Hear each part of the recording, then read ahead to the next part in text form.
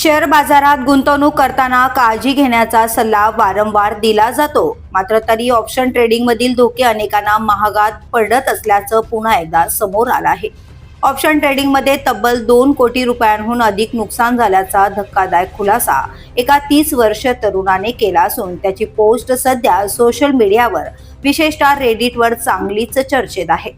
या तरुणाचं मासिक उत्पन्न 2,85,000 रुपये इतके आहे.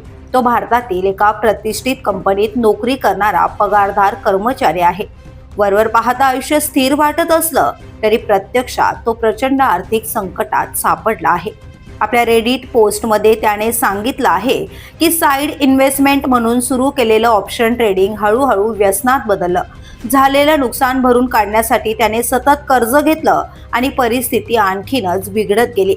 आज त्याच्यावर HDFC बँकेत 27 लाखांचं पर्सनल लोन, बजाज फायनान्स कडून 28 लाखांचं ओव्हरड्राफ्ट लोन, छोट्या NBFC कडून 8 ते 9 लाख रुपये तसेच 12 लाख रुपयांची क्रेडिट कार्ड थकबाकी असल्याचं त्याने स्पष्ट केलं आहे.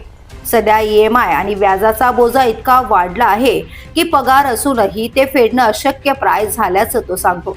महत्त्वाचं म्हणजे त्याने ऑप्शन ट्रेडिंग पूर्णपणे बंद केल्याचं आणि भविष्यात पुन्हा कधीही ट्रेडिंग न करण्याचा ठाम निर्णय घेतल्याचंही नमूद केलं आहे. या परिस्थितीतून बाहेर पडण्यासाठी तो आता कर्जाचे हप्ते थकवून बँकांची सेटलमेंट करण्याचा विचार करत आहे. त्यासाठी नवीन सॅलरी अकाउंट उघडून जुनी कर्जाशी जोडलेली नाती नील बॅलन्स ठेवण्याची त्याची योजना आहे. यामुळे आपला सिबिल स्कोअर पूर्णपणे खराब होईल. पुढील अनेक वर्ष कोणतेही कर्ज मिळणार नाही याची जाणीव असूनही तो हा निर्णय मानसिक शांततेसाठी घ्यायला तयार आहे. तो पळून जाण्याचा किंवा फसवणूक करण्याचा प्रयत्न करत नसल्याचं स्पष्ट करत 2 वाईट पर्यायांपैकी आयुष्य पुन्हा सावरता येईल असा पर्याय निवडण्याचा प्रयत्न करत असल्याचं तो सांगतो. यापुढे बचत, साधं जीवन आणि कर्जापासून दूर राहणं हाच त्याचा निर्धार आहे.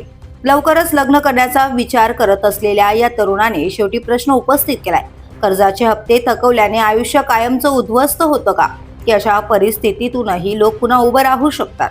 ऑप्शन ट्रेडिंगमधील धोके किती गंभीर असू शकतात याचं हे उत्तम उदाहरण मानलं जात आहे. The police news bureau, Mumbai.